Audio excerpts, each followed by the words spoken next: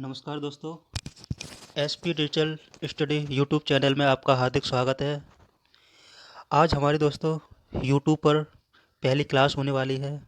मुझे विश्वास है कि आप सभी भाई बहनों का मुझे साथ मिलता रहेगा। आज हम लेकर आए हैं साइंस के कुछ महत्वपूर्ण प्रश्न जो आपके टीजीटी, पीजीटी और एलटी ग्रेड परीक्षा में 2011 की परीक्षा में पूछे गए हैं। तो आप सभी भाइयों से निवेदन है कि आप हमारे चैनल एसपी डिजिटल स्टडी को लाइक कीजिए, सब्सक्राइब कीजिए और अपने मित्रों को शेयर कीजिए। तो दोस्तों स्टार्ट करते हैं साइंस के महत्वपूर्ण प्रश्नों की सीरीज में क्वेश्चन नंबर 1। तो दोस्तों पहला क्वेश्चन है, सामान्यतः पानी गर्म होता है। ऑप्शन ए चालन विधि से, ऑप्शन बी संवहन विधि से और ऑप्शन सी विकिरण विधि से, या इनमें से कोई नहीं। तो दोस्तों इसका सही आंसर है कि सामान्यतः जो पानी गर्म होता है वो है संवहन विधि से होता है। तो इसका option B is right answer.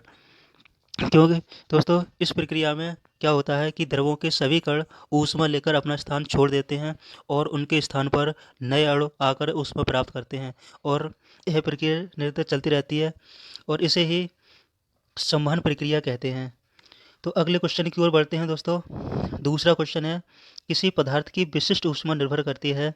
तो इसमें ऑप्शन है ए ताप पर, बी प्रकृति पर, सी आयतन पर और डी द्रव्यमान पर।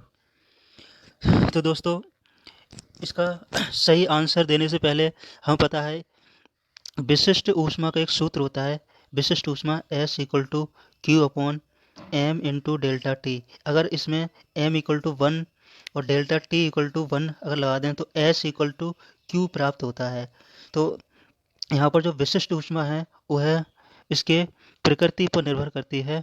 तो इसका राइट आंसर होगा इसकी प्रकृति पर। दोस्तों आगे बढ़ते हैं।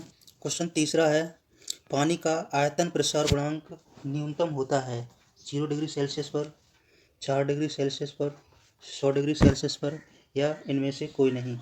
तो दोस्तों क्वेश्चन नंबर 3 का राइट आंसर होगा पानी का आयतन प्रसार गुणांक न्यूनतम होता है, यह है 4 डिग्री सेल्सियस पर। तो option C is the right answer. अगला क्वेश्चन है, साम्यावस्था में वस्तु के ए पॉइंट है, वस्तु के सभी हिस्से समान ताप पर होते हैं। बी ऊष्मा का कोई प्रवाह नहीं होता। ऑप्शन सी ऊष्मा का कोई अवशोषण नहीं होता। डी या इनमें से कोई नहीं। तो दोस्तों साम्यावस्था में ऊष्मा का कोई अवशोषण नहीं होता, न ऊष्मा इधर से इधर की ओर बहती है। अगर दो वस्तुएं आपस में जॉइंट करके रख दी जाएँ तो साम्यावस्था की स्थिति में न ऊष्मा इधर से इधर जाएगी, न ऊष्मा इधर से इधर की ओर जाएगी। तो इसका सही आंसर है ऑप्शन सी, ऊष्मा का कोई अवशोषण नहीं होता। तो अगले क्वेश्चन की ओर बढ़ते हैं। अगला क्वेश्चन है, ऊष्मा के अच्छे अवशोषक ऊष्मा के अच्छे उत्सर्जक होते हैं। तो निम्नलिखित ये किसका कथन है ये आपको बताना है। ए स्टीफन का नियम है, बी किरचॉफ का नियम, सी प्लांक का नियम और डी वीन्स का नियम। तो दोस्तों इसका सही आंसर होगा इस किरचॉफ का नियम। ऊष्मा के अच्छे अवशोषक ऊष्मा के अच्छे उत्सर्जक होते हैं, ये वाली बात बताई थी किरचॉफ जी ने। तो इसका राइट आंसर है ये किरचॉफ का नियम है। अगले क्वेश्चन की ओर हम लोग बढ़ते हैं। अगला क्वेश्चन है, निम्न में से कौन सी वस्तु प्रत्येक स्थिति के लिए आभासी व सीधा प्रतिबिंब बनाएगी। तो ऑप्शन ए है इसका उत्तल दर्पण, ऑप्शन बी उत्तल लेंस, ऑप्शन सी अवतल दर्पण और उपरोक्त में से कोई नहीं। तो दोस्तों हमें ज्ञात है उत्तल दर्पण और उत्तल लेंस जो होते हैं, उत्तल दर्पण और उत्तल लेंस जो होते हैं ये आभासी और सीधा प्रतिबिंब बनाते हैं, आभासी और सीधा प्रतिबिंब बनाते हैं। जबकि उत्तल लेंस अगर हो, उत्तल लेंस और अवतल दर्पण हो तो ये वास्तविक प्रतिबिंब बनाते हैं और उल्टा प्रतिबिंब बनाते हैं। तो इसमें जो आभासी व सीधा प्रतिबिंब बनाएगी तो उसमें सही आंसर है उत्तल दर्पण। तो option A is the right answer. तो अगले क्वेश्चन की ओर बढ़ते हैं। अगला क्वेश्चन है, अवतल दर्पण के लिए यदि x1 व x2 तथा इसके प्रतिबिंब की फोकस फोकस से दूरियां हैं तो दर्पण की फोकस दूरी है।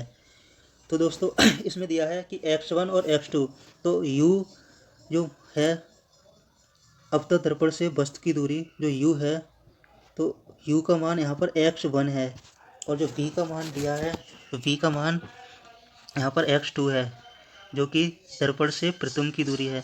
तो दर्पण का सूत्र होता है 1/f equal to 1/b plus 1/u। जब इसमें b और u का जब मान लगाएंगे तो 1/f equal to 1/x2 plus 1/x1 ये निकल के आएगा। तो जब इसे सॉल्व करेंगे तो f equal to x1 x2 upon x1 plus x2 आएगा। तो इसका राइट आंसर ये होगा, जो कि इसमें किसी भी ऑप्शन में नहीं है, तो इसका आंसर डी होगा, उपरोक्त में से कोई नहीं। तो अगले क्वेश्चन की ओर हम लोग बढ़ते हैं। तो दोस्तों क्वेश्चन नंबर नेक्स्ट है। इसमें दिया है किसी लेंस के दोनों पृष्ठों की वक्रता त्रिज्या समान है, मतलब R1 और R2 दोनों का ही मान यहाँ पर R दिया है। तो दोस्तों R1 के लिए R ही लगाएंगे और R2 के लिए भी R लगाएंगे मान, और इसके पदार्थ का अपवर्तनांक यानी n का मान दे रखा है 1.5। तो हमें इसकी फोकस दूरी निकालनी है। तो दोस्तों लेंस मेकर सूत्र होता है 1/f equal to n minus 1/R1 minus 1/R2। तो जब मान लगाएंगे तो n का मान 1.5 माइनस 1 इंटू 1/R1, तो R1 की जगह R लिखेंगे माइनस 1/R2, और R2 का मान माइनस R लगाएंगे तो माइनस माइनस ये प्लस हो जाएगा। जब इसे सॉल्व करेंगे तो 1/f इक्वल टू आएगा 1.5 में से जब 1 माइनस करेंगे तो 0.5 इंटू 2/R। जब 0.5 का और 2 से जब मल्टीप्लाई होगा तो 1/R आ जाएगा। तो इस प्रकार f इक्वल टू R आया, जो कि ऑप्शन ए में है। तो इसका राइट आंसर होगा ऑप्शन ए R। तो अगले क्वेश्चन की ओर बढ़ते हैं। अगला क्वेश्चन है किसी पदार्थ का अपवर्तनांक महत्तम होता है। तो दोस्तों अगर हम लाल रंग के लिए देखें तो लाल रंग के प्रकाश में क्या होता है कि लाल रंग के प्रकाश में तरंग दैर्घ्य अधिकतम होती है, तरंग दैर्घ्य होती है वो अधिकतम होती है, मैक्सिमम होती है, और अपवर्तनांक इसका जो होता है वो मिनिमम होता है अपवर्तनांक। लेकिन हमें जो अपवर्तनांक महत्तम बताना है ये है बैंगनी रंग के लिए, क्योंकि बैंगनी रंग में दोस्तों प्रकीर्णन सबसे अधिक होता है। जब प्रकीर्णन सबसे अधिक होगा तो इसका मतलब है कि इसका जो अपवर्तनांक है वो अधिक होगा, और इसकी बैंगनी रंग की जो तरंगदैर्घ्य होती है वो मिनिमम होती है। तो बैंगनी रंग में जो अपवर्तनांक होता है वो मैक्सिमम होता है। तो इसका राइट आंसर है ऑप्शन सी, क्योंकि n प्रोपोर्शनल 1/λ होता है। तो जहाँ जिसका अपवर्तनांक सबसे अधिक होगा उसकी तरंगदैर्घ्य सबसे कम होगी। तो इसकी तरंगदैर्घ्य सबसे कम होती है, इसलिए इसका जो अपवर्तनांक है ये सबसे अधिक हो जाएगा। तो इसलिए इसका ऑप्शन सी राइट होगा। अगले क्वेश्चन की ओर बढ़ते हैं। अगला क्वेश्चन है किसी उत्तल लेंस के लिए वस्तु तथा इसके द्वारा बने वास्तविक प्रतिबिंब के बीच न्यूनतम दूरी है। तो इसकी अगर बात करें तो एक विस्थापन विधि से एक सूत्र होता है। विस्थापन विधि से जब किसी लेंस की फोकस दूरी निकालते हैं तो f equal to A square minus D square upon 4a होता है। तो इसका जो राइट आंसर जो होगा तो d इक्वल टू 4f होगा।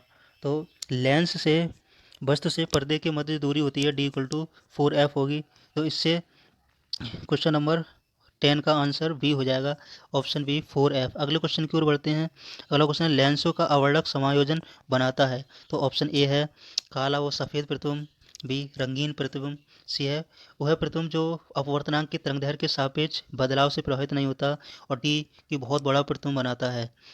तो इसका जो राइट आंसर होगा लेंसों का आवर्धक समायोजन बनाता है, तो ऑप्शन सी होगा कि उस प्रतिबिंब बनाता है जो अपवर्तनांक के तरंगदैर्घ्य के सापेक्ष बदलाव से प्रभावित नहीं होता। तो दोस्तों आवर्धक किसे कहते हैं? आवर्धक लेंस युग्म में वह गुण होता है जिसके कारण वह विवर्तन के दोष से मुक्त हो जाता है, आवर्धकता कहलाती है। तो दो पतले लेंसों के लिए हम लोग जानते हैं इसका जो शर्त होती है ω1/f1 plus ω2/f2 equal to 0 होता है। तो दोस्तों इसका राइट आंसर होगा सी। तो अगले क्वेश्चन की ओर हम लोग बढ़ते हैं। अगला क्वेश्चन है व्यतिकरण सिद्ध करता है। ए है तरंग की अनुप्रस्थ प्रकृति, बी है तरंग की अनुदैर्घ्य प्रकृति, सी तरंग प्रकृति, और डी कण की कण प्रकृति। तो क्वेश्चन 12 का जो आंसर है, व्युत्कर्ष सिद्ध करता है यह तरंग की अनुप्रस्थ प्रकृति। A, option A is the right answer. तो अगले क्वेश्चन की ओर बढ़ते हैं। अगला क्वेश्चन है, प्रकाश को ध्रुवित किया जा सकता है। ए, परावर्तन द्वारा, बी, अपवर्तन द्वारा, सी, प्रकीर्णन द्वारा, डी, उपयुक्त सभी से। तो दोस्तों, जो ध्रुवित प्रकाश है ये तीनों के ही द्वारा, परावर्तन के द्वारा भी, अपवर्तन के द्वारा भी और प्रकीर्णन के द्वारा भी इसे ध्रुवित किया जा सकता है। तो ऑप्शन डी इसका राइट आंसर होगा, उपयुक्त सभी से। तो ध्रुवित प्रकाश वह होता है जब इसे पोलराइड या टूरमेलिन क्रिस्टल से गुजारा जाता है। तो ये सामान्य जो प्रकाश होता है उसी को अध्रुवित प्रकाश कहते हैं। जब सामान्य प्रकाश को टूरमेलिन या पोलराइड के द्वारा गुजारा जाता है तो जो प्रकाश जो बाद में आउटपुट देता है ये टूरमेलिन या पोलराइड, उसी को ध्रुवित प्रकाश कहते हैं। ये चकाचौंध उत्पन्न नहीं करता। तो प्रकाश को ध्रुवित किया जा सकता है, ये सभी के द्वारा किया जा सकता है। तो इसका ऑप्शन डी राइट आंसर है। अगला क्वेश्चन है, प्रकाश का ध्रुवण अधिकतम होगा जब इसे कांच के सतह पर आपतन कोण से डाला जाता है। तो ए 57 डिग्री, बी 67 डिग्री, सी 53 डिग्री और डी है 37 डिग्री। तो दोस्तों, एक नियम होता है ब्रूस्टर का नियम। तो ब्रूस्टर का नियम होता है N equal to ten theta. तो यहाँ थीटा का मान यदि 67 लगाते हैं तो टेन 67 का जब मान लगाते हैं तो अधिकतम स्थिति प्राप्त होती है। तो एन का मान सबसे अधिक प्राप्त होता है। तो इसका जो राइट आंसर होगा ऑप्शन बी होगा, 67 डिग्री। अगला क्वेश्चन है, एक आदर्श सेल का आंतरिक प्रतिरोध होता है। तो एक आदर्श सेल वह होता है जिसका आंतरिक प्रतिरोध R इक्वल टू 0 हो। तो इसका सही आंसर होगा ऑप्शन ए इक्वल टू ए, जो कि 0 है। अगले क्वेश्चन है, 1.25 वोल्ट और 0.75 वोल्ट की दो सेल समांतर क्रम में जोड़े गए हैं। तो तुल्य वोल्टेज का मान है। तो प्रश्न 16 है, इसमें दो सेल हैं। मान लीजिए एक सेल ये है और दूसरा सेल ये है। ये दोनों ही सेलों को समांतर क्रम में जोड़ा गया है। तो इसमें पहला जो सेल है E1, इसका मान है 1.25 और दूसरा सेल जो कि इसका मान दे रखा है 0.75 वोल्ट। तो जब इसका तुल्य प्रतिरोध निकालेंगे तो V बराबर E1 minus E2, E1 minus E2। तो V इक्वल टू E1 का मान लगाएंगे 1.25 माइनस E2 का मान 0.75। जब इसे सॉल्व करेंगे 1.25 में से 0.75 जब माइनस करेंगे तो 0.5 वोल्ट आएगा। तो इसका जो सही आंसर होगा ऑप्शन डी, 0.5 वोल्ट। अगले क्वेश्चन की ओर हम लोग बढ़ते हैं। अगला क्वेश्चन है, सेल का आंतरिक प्रतिरोध निर्भर करता है ए, इलेक्ट्रोड की बीच दूरी पर, बी, इलेक्ट्रोड के क्षेत्रफल पर, सी, इलेक्ट्रोड की प्रकृति पर, डी, उपयुक्त सभी पर। तो सेल का जो आंतरिक प्रतिरोध सभी पर निर्भर करता है। इलेक्ट्रोड के बीच की दूरी पर भी निर्भर करता है, इलेक्ट्रोडों के क्षेत्रफल पर भी और इलेक्ट्रोड की प्रकृति पर भी निर्भर करता है। तो इसका राइट आंसर होगा ऑप्शन डी, उपयुक्त सभी पर। अगले क्वेश्चन की ओर बढ़ते हैं। क्वेश्चन नेक्स्ट है, किसी धातु में इलेक्ट्रॉन के अनुवन वेग की दिशा होती है। तो दोस्तों, अनुवन वेग का एक सूत्र होता है, अनुवन वेग को वी से डिनोट करते हैं। तो V D equal to E tau upon M होता है। तो अनुवन वेग की जो दिशा होती है वो लगाए गए क्षेत्र के विपरीत होती है। तो option A is the right answer. तो किसी धातु में इलेक्ट्रॉनों के अनुवन वेग की दिशा लगाए गए क्षेत्र के विपरीत होती है। नेक्स्ट क्वेश्चन की ओर बढ़ते हैं। किसी धातु की ऊष्मा धारता निर्भर करती है। तो किसी वस्तु की ऊष्मा धारता जो निर्भर करती है वो, इसके लिए एक सूत्र होता है Q equal to M S delta T. जब ऊष्मा धारता का जब मान निकालेंगे तो C बराबर जो आता है वो आता है विशिष्ट ऊष्मा S अपॉन डेल्टा टी। तो जब डेल्टा टी इक्वल टू जब 1 डिग्री सेल्सियस हो या तो C इक्वल टू एस हमें प्राप्त होता है। तो इसका मतलब ये हुआ कि किसी वस्तु की जो ऊष्मा धारता जो C है वो उसके बढ़ाए गए ताप पर निर्भर करती है। और टेम्परेचर अगर बढ़ाएंगे तो विशिष्ट ऊष्मा घट जाएगी और टेम्परेचर घटाएंगे तो विशिष्ट ऊष्मा बढ़ जाएगी। तो किसी वस्तु की ऊष्मा धारता उसके बढ़ाए गए ताप पर निर्भर करती है। तो इसका answer B is the right answer. अगला क्वेश्चन है, एक मेटल प्लेट का ऊष्मा चालकता गुणांक निर्भर करता है। तो इसका ऑप्शन है दोनों सिरों के बीच ताप परिवर्तन पर, ऑप्शन बी है प्लेट की मोटाई पर, ऑप्शन सी है प्लेट के क्षेत्रफल पर, ऑप्शन डी है उपयुक्त में से कोई नहीं। तो दोस्तों इसका राइट आंसर होगा उपरोक्त में से कोई नहीं, क्योंकि किसी धातु प्लेट का जो ऊष्मा चालकता गुणांक होता है वो धातु की प्रकृति पर निर्भर करता है। तो इसमें धातु की प्रकृति पर कोई ऑप्शन नहीं है, तो इसका ऑप्शन डी इसका राइट आंसर होगा, उपरोक्त में से कोई नहीं। तो इस प्रकार दोस्तों ये कुछ सवाल थे। इससे अगले सीरीज में, अगले वीडियो में हम इससे आगे क्वेश्चन लेकर आएंगे। तब तक दोस्तों हमारे चैनल को लाइक कीजिए, सब्सक्राइब कीजिए। तो अगले वीडियो में मिलते हैं दोस्तों, तब तक नमस्कार।